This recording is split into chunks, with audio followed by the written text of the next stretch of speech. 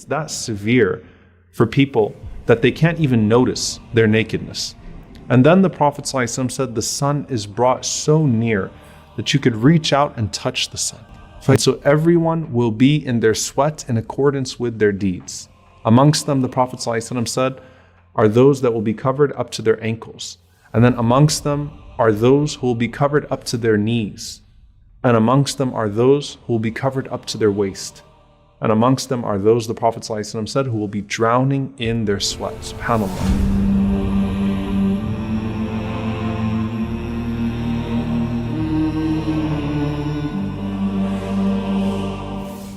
Then the Prophet ﷺ says, the people are gathered on the day of resurrection on this reddish white land like a pure loaf of bread, meaning that this land has no landmarks to guide them and it has no trees or anything to shade them.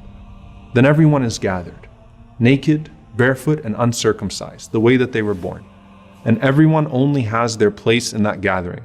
And Aisha radiallahu ta'ala anha, she asked the Prophet ﷺ, aren't people going to be looking at each other? And he said to Aisha radiallahu anha, الْأَمْرُ أَشَدُّ مِنْ ذَلِكَ لِكُلِّ امْرِئٍ مِّنْهُمْ شَأْنٌ يُغْنِيهِ, that everyone is too concerned with their affair to be thinking about what other people are wearing or not wearing. Everyone's focused on the matter at hand, the day of judgment. It's that severe for people that they can't even notice their nakedness. And then the Prophet ﷺ said the sun is brought so near that you could reach out and touch the sun. فَيَكُونُونَ فِي الْعَرَقِ بِقَدْرِ أَعْمَالِهِمْ. And so everyone will be in their sweat in accordance with their deeds. Amongst them, the Prophet ﷺ said, are those that will be covered up to their ankles. And then amongst them are those who will be covered up to their knees.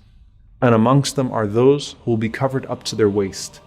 And amongst them are those, the Prophet ﷺ said, who will be drowning in their sweat. SubhanAllah. Now at this point, there are people who are also being consumed by the land. And that's tied to a very specific sin, the sin of wrongfully taking the land of someone else in this world. The Prophet ﷺ said, those people will literally sink down the 7 layers of land on the Day of Judgment. And then there is this one who is burdened by the property that they didn't pay zakat on. And the Prophet ﷺ said that that property is heated and placed on their body. And then there is the unlawfully consumed wealth. And that also is a burden on the person on the Day of Judgment. So you're being weighed down by your sins of confiscation, and you are drowning in your sins of disobedience to Allah subhanahu wa ta'ala. The opposite of that is the person who voluntarily gave of their wealth and property extra for the sake of Allah subhanahu wa ta'ala. And for that person, not only are they not sinking or boiling, Allah subhanahu wa ta'ala puts shade over them from the sun. The Prophet ﷺ said, كُلُّ امْرِئٍ فِي ظِلِّ الصَّدَقَةِ حَتَّى يُفْصَلَ بَيْنَ النَّاسِ, that everyone is under the shade of their charity until Allah subhanahu wa ta'ala judges between the people.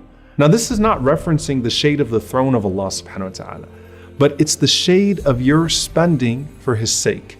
Only a select few have the shade of His throne subhanahu wa ta'ala, but every believer has the shade of their charity, and hopefully not the sinking of their theft that we see in the previous situation. So as you're standing there on that day, you have the Quran as your companion, you have your charity as your shade, and now you await the arrival of your Lord and the next stage of that day that is equivalent to 50,000 years.